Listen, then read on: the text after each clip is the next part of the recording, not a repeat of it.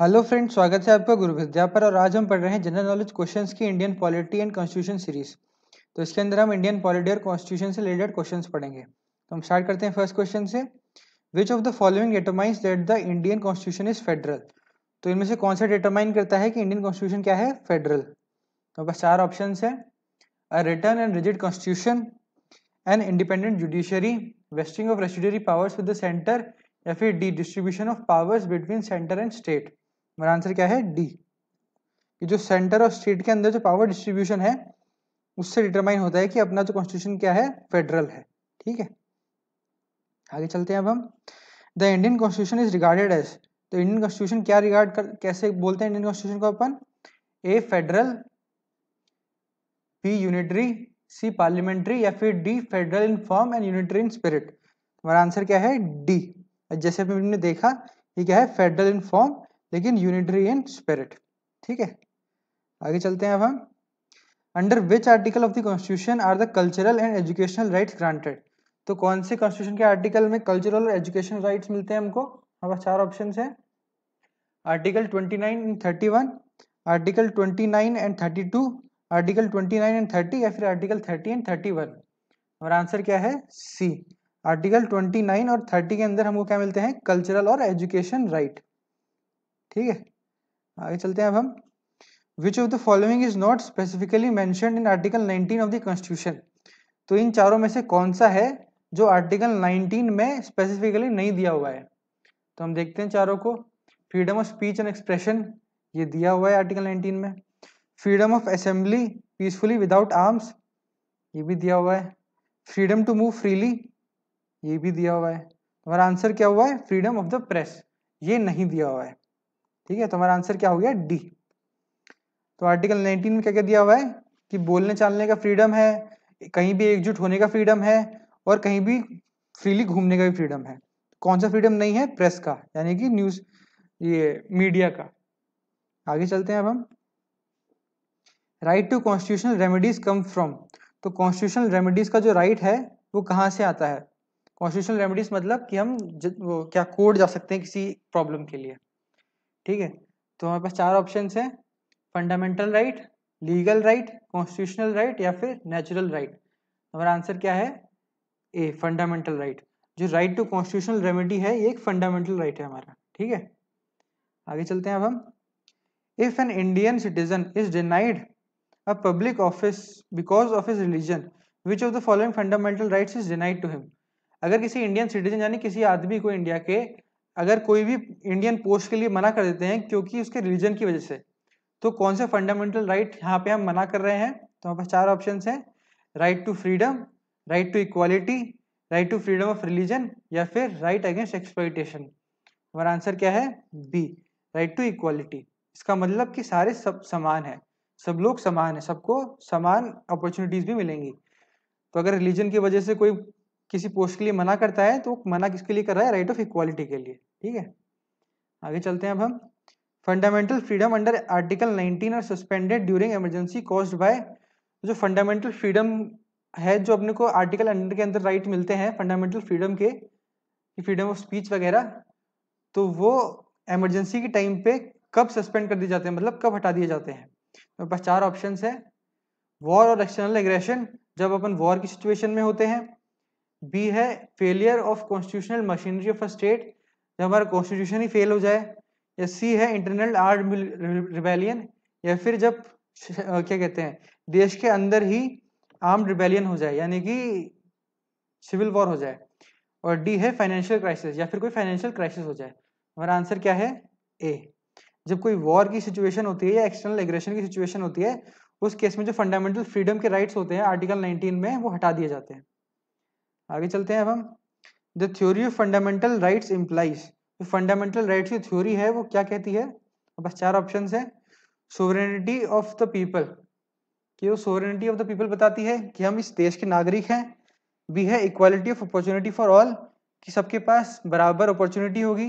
या तीसरा है लिमिटेड गवर्नमेंट, कि गवर्नमेंट लिमिटेड रहेगी। और चौथा है equality of all before law, कि कानून के सामने सब बराबर रहेंगे। तो हमारा आंसर क्या है? सी, लिमिटेड गवर्नमेंट। इसका मतलब क्या है कि गवर्नमेंट हर जगह हाथ नहीं रख सकती है, इसलिए उन्होंने फंडामेंटल राइट्स बनाए हैं। ठीक है, आगे चलते हैं अब हम। Prohibition of discrimination on grounds of religion etcetera is a fundamental right classified under. तो प्रोहिबिशन ऑफ डिस्क्रिमिनेशन यानी कि रिलीजन के नाम पर किसी को भी डिस्क्रिमिनेट करने का, जो किसी को भी कोई डिस्क्रिमिनेट नहीं कर सकता है, ये जो फंडामेंटल राइट है ये किसके अंदर आता है? तो हमारे पास चार ऑप्शंस हैं। The right to freedom of religion, the right against exploitation, the right, the cultural and educational rights, या फिर द राइट टू इक्वालिटी। हमारा आंसर क्या हो गया? D, the right to equality. ठीक है, जैसे अपने पिछले क्वेश्चन में एक में देखा था कि हमको जैसे कि कोई रिलीजन के बेसिस पर जॉब नहीं देता है, तो ऐसे ही सेम इधर भी है कि रिलीजन के बेसिस पे कोई हमको डिस्क्रिमिनेट करता है किसी और वजह से भी, तो वो हमारे किस में आता है? राइट टू इक्वालिटी में। आगे चलते हैं अब हम। Any dispute regarding the violation of fundamental rights can be presented, कि फंडामेंटल राइट्स के रिगार्डिंग यानी फंडामेंटल राइट्स को लेकर अगर कोई डिस्प्यूट हो जाता है तो उसके लिए हम कहाँ जा सकते हैं? A, in the Supreme Court only, B, in the High Court only, या फिर सी, इधर इन सुप्रीम कोर्ट और इन हाई कोर्ट, या फिर first in supreme court then in high court. हमारा आंसर क्या है? सी, कि सुप्रीम कोर्ट या हाई कोर्ट में से कहीं भी जा सकते हैं अपन इसके लिए। ठीक है, आगे चलते हैं अब हम। Which of the following is are included in the directive principles of state policy. जो डायरेक्टिव प्रिंसिपल्स हैं हमारे, उनके अंदर क्या इंक्लूडेड है? तो हम देखते हैं, दो स्टेटमेंट्स हैं हमारे पास।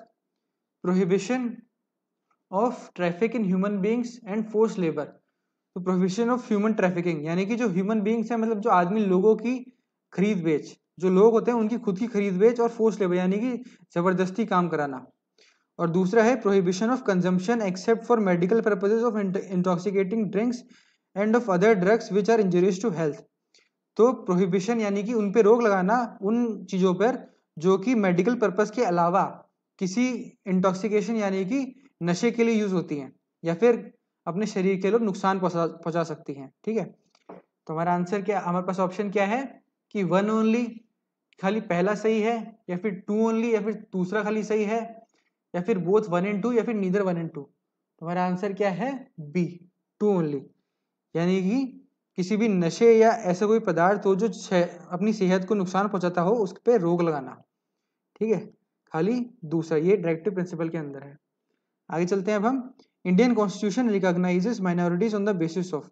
जो इंडियन कॉन्स्टिट्यूशन है वो माइनॉरिटीज को किस बेसिस पे रिकॉग्नाइज करता है? हमारे पास चार ऑप्शन है, रिलीजन, कास्ट, पॉपुलेशन, या फिर कलर। हमारा आंसर क्या है? ए, रिलीजन। तो माइनॉरिटीज को कैसे बनाता है? रिलीजन के बेसिस पे। जैसे मुस्लिम एक रिलीजन है, ठीक है, तो मुस्लिम रिलीजन को माइनॉरिटी में आते हैं ना मुस्लिम्स, तो वो क्यों आते हैं? रिलीजन के बेसिस पे। ठीक, आगे चलते हैं अब हम। The fundamental individual are, the fundamental individuals are, option है हमारे, limited to the state actions only, B, meant to protect persons against the conduct of private person, C, meant to protect person against the police action, या फिर D, all of the above are correct. तो हमारा answer क्या है कि fundamental individual कौन है? जो फंडामेंटल राइट्स और ड्यूटीज अपनी निभाता है।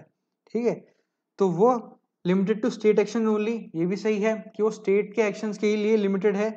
बी है meant to protect person against the conduct of private person, यानी किसी से बचाव कर सकता है। सी है meant to protect person against the police action, कि वो पुलिस एक्शन के खिलाफ भी बचाव कर सकता है अपना। तो all of the above correct. ठीक है, तो हमारा आंसर क्या हो गया? डी। ठीक है, आगे चलते हैं अब हम। Article 14 guarantees equality before law and equal protection of law to.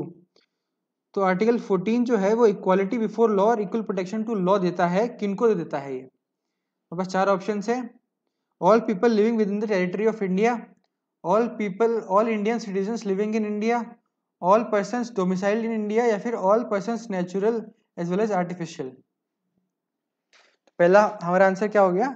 ए, कि all persons living within territory of India, यानी कि जो इंडियन टेरिटरी है, जो इंडिया का नक्शा है, उसके अंदर जो भी लोग हैं, इस इंडिया के नक्शे में जो भी लोग आते हैं, उन सब के ऊपर ये लागू होता है। क्या? कि equality before law and protection of law, यानी कि कानून के सामने सब बराबर हैं और सबको सुरक्षा का अधिकार है कानून से। ठीक है, तो ये सारे लोगों पे लागू होता है जो भी इंडिया के अंदर आते हैं, इंडिया की टेरिटरी के अंदर आते हैं। ठीक है, आगे चलते हैं अब हम। Which schedule of the Constitution of India contains special provisions for the administration and control of scheduled areas in several states?